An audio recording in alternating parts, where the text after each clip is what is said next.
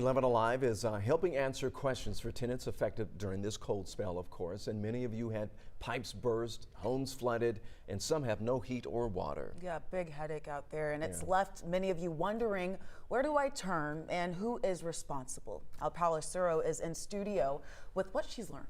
Yeah, Faith, if you've had to leave your home due to water leaking, is your landlord required to pay for your hotel? Well, in Georgia law, experts explain the answer to that question is not very clear and can be subjective.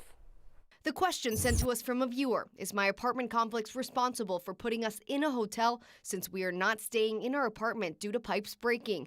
Our sources are the Georgia Department of Community Affairs and real estate attorney David Metzger. It's kind of a wishy-washy answer. The answer is generally no, but at some point that will change. Metzger explains if your landlord is responsive in trying to find a solution, they are not responsible for accommodations for tenants. However, he explains if a reasonable amount of time passes without the landlord taking action, the tenant is able to file a lawsuit. The judge would then determine if the tenant should get compensation. For a tenant to hold a landlord liable for being displaced or something like that, the reasonable opportunity to repair the property has to pass.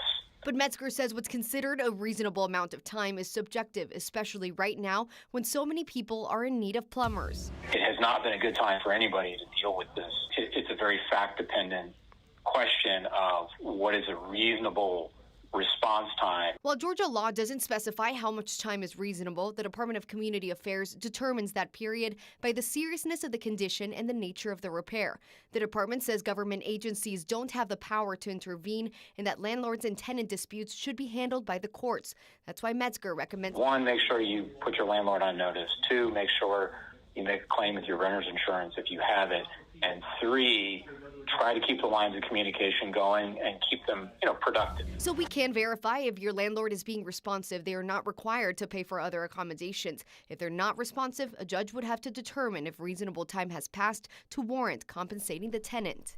Now, Metzger also stresses the importance of always telling your landlord when something needs repairing the second you notice it. He explains the landlord has a duty to repair the property, but they are only responsible if and when the tenant brings this up to them. Okay.